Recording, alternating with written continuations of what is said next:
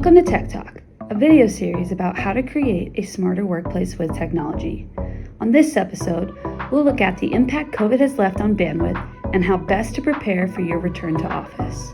So grab a cup of coffee and let's take 5.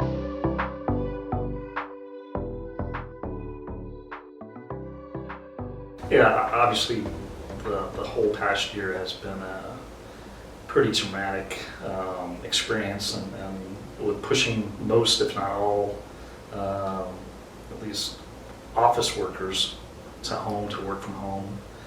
And everybody's learned Zoom or Teams or GoToMeeting or something. I've been forced to do that. And, you know, individually at everybody's home, the bandwidth capabilities to handle a person or two people. I know with our kids, we had our kids home too from work and school, and with 4 of us in the house, at times it was a little rough. The bandwidth couldn't support, even though we had what I consider pretty decent bandwidth. And I think as people start to come back to the office, you know, we've kind of changed our culture. There's been a paradigm shift. And I'm not sure that people are going to be excited about going to meetings. I think a lot of offices are still going to be hybrid. People are going to be working from home part-time, so they're still going to be Zooming. But as they get back to the office, they're going to want to Zoom.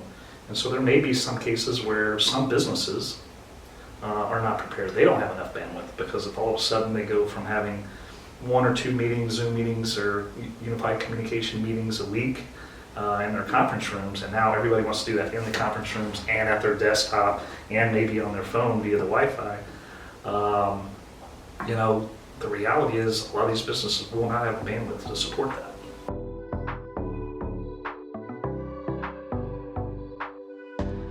My advice would be, as a business owner, looking at how much bandwidth you have coming to the building, making sure and having some conversations with your IT team about, if we all of a sudden go from having 2 or 3 to 20 or 30 or 50 people trying to do simultaneous unified communications, is that going to be an issue for us?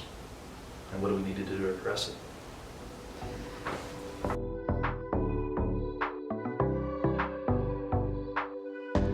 And that's the other issue, even at home or at the office.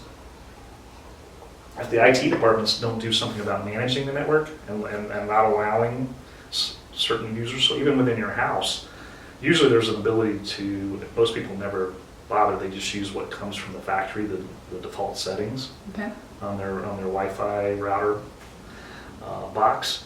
And the problem with that is everybody can take the whole bandwidth, so it's kind of whoever gets there first. So if you've got your roommate who's sitting there sucking down all the bandwidth because she's running some, downloading some movie or whatever, and you're trying to do something else, you'll see the effect. So I can separate. You can limit the bandwidth. You can say any given user maxes out at a certain speed or a certain bandwidth is what can happen. But most residents don't bother to do that. In an enterprise or a corporate environment, typically IT will put some limitations on individual users, and they'll watch for people that are doing things that are hogging the bandwidth, so to speak, and try to make sure that doesn't happen. And they can do that by device.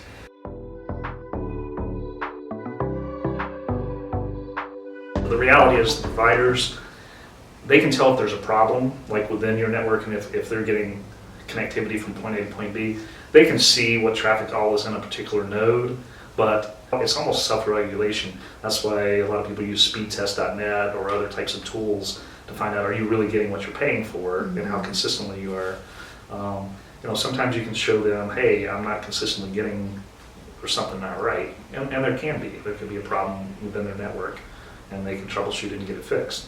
But for day-to-day use, and like I said, you hit those peak points, maybe first thing in the morning, lunchtime if people coming home for lunch, at dinner time when everybody's coming home, or later at night when people are streaming a lot of content, you're going to see those continue. And they try to design their network to support, they know that's what happens, but there's no way for them to fully understand it. So.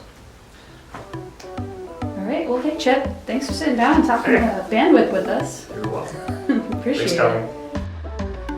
Thanks for joining Integrated Building Systems for this episode of Tech Talk. If you have questions, need help with the project, or have suggestions for a future topic, please get in touch. We look forward to helping you communicate better by making your building smarter.